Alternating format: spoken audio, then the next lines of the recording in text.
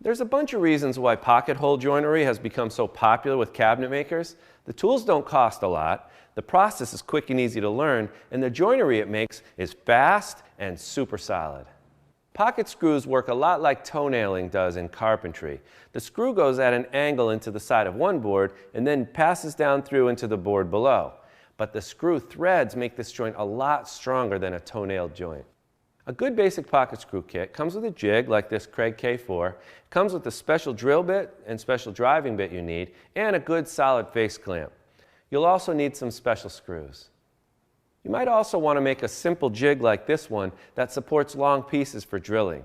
The key thing about this jig is that these support platforms are exactly flush with the top of the jig. Another cool shop helper to make is these right angle jigs. These support big cabinet pieces so you can get the bar clamps on them and drill and drive your pocket screws.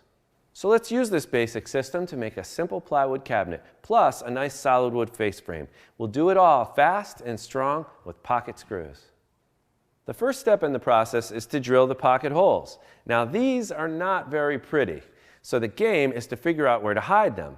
In this case, it's pretty easy because this cabinet is going to get sandwiched between two walls in a bathroom, so we can hide most of the pocket holes on the outsides of the case. This cabinet is basically a bottom piece attached to two sides. Up on top, there's a web frame. Then, a central web frame is screwed into place, followed by a vertical divider and two drawer dividers. We'll start with the web frame that serves as the cabinet top. The first thing is we have to set the stop collar on the drill bit. Now we know we're working with 3/4 inch material, so we'll set the jig for that thickness.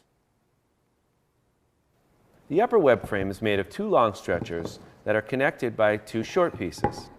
I'm going to start by marking out the general locations of the pocket holes we need. 2 screws on the ends of each of the short pieces will suffice. In addition, I'll drill a series of holes along what will later become the top front edge of the cabinet. These screws will attach the face frame.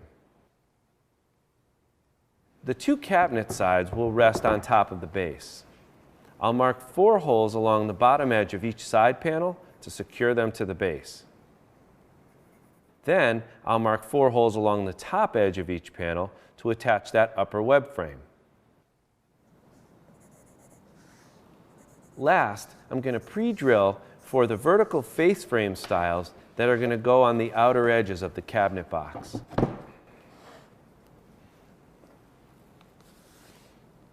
Using the jig, watch how fast it is to drill pocket holes at all of our locations.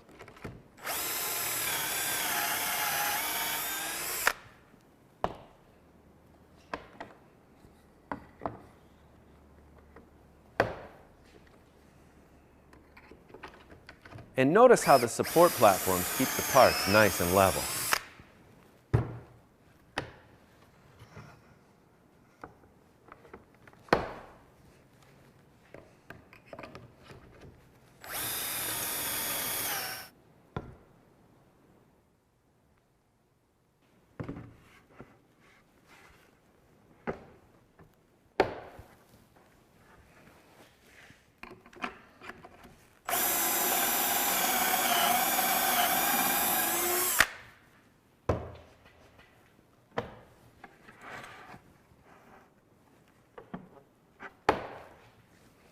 Now let's assemble this basic box.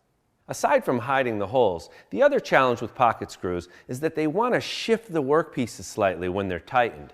The solution is clamping the workpieces firmly in place as you drive the screws. We'll begin with the upper web frame.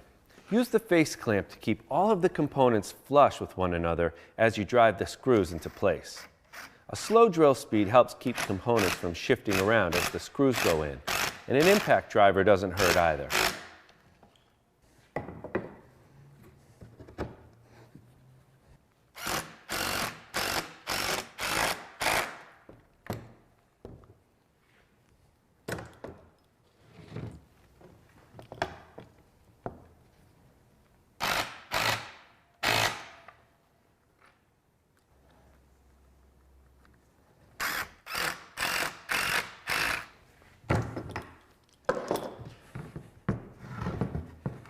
This cabinet also has a central web frame that supports a vertical divider.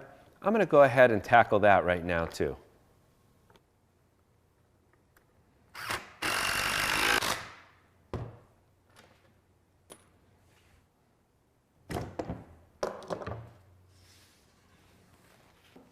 Now we'll attach the cabinet's top and bottom to the sides.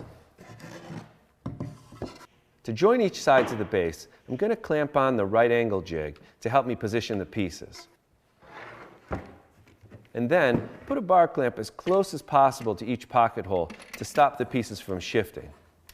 Now I can just screw it all together.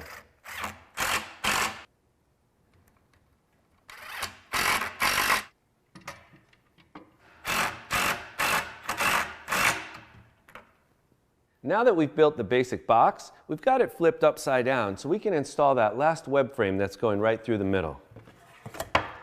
I'm using spacers to make clamping this web frame easier. They're also going to keep it from shifting when I drive the screws. With the web frame aligned and set in place, I can go ahead and screw it to the sides.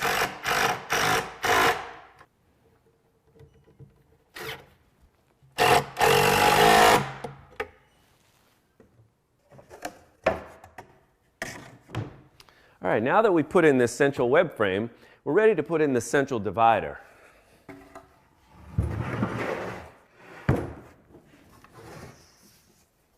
Once again, I'm using spacers to secure this panel.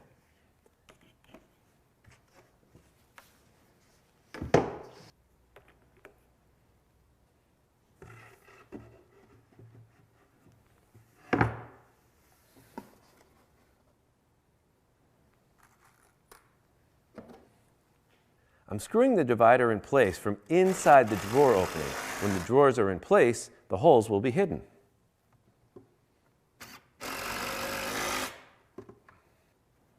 Drawer dividers come next. I've cut them to fit this space exactly. But to keep the dividers level and spaced evenly as they go in, I'm going to need, you guessed it, more spacers.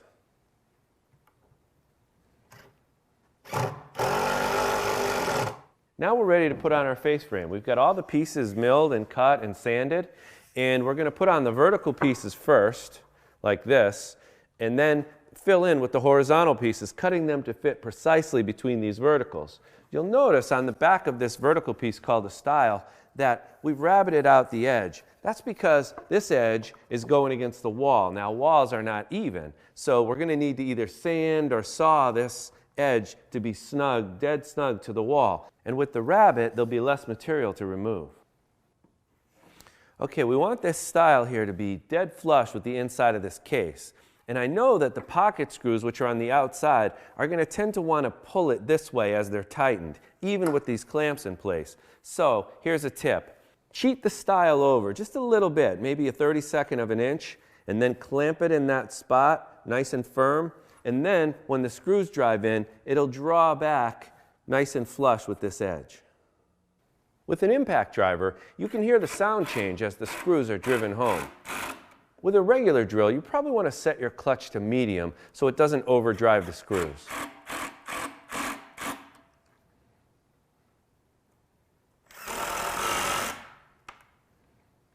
All right, now we're going to put on the cross pieces. We've cut them all to size to fit precisely between these stiles, and there's holes along the top edge or the bottom edge of each of these cabinet pieces to pull these rails tight to the cabinet.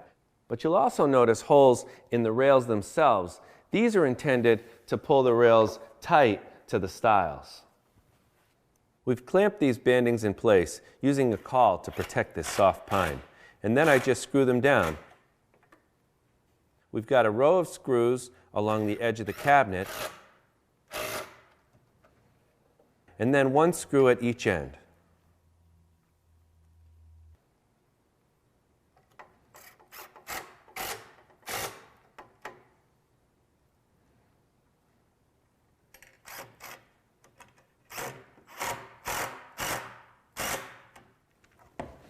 All right, well, we've cut and fit and attached all of our horizontal pieces.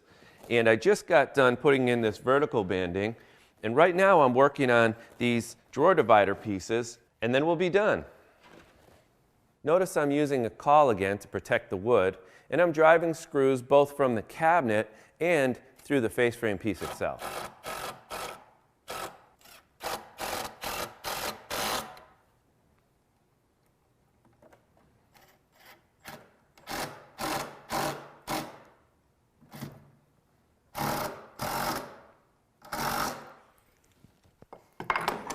Well, that's how fast and easy it is to build a beautiful built-in cabinet with pocket screws. Now, we still have to mount this one on a level base, but we'll build that with pocket screws too.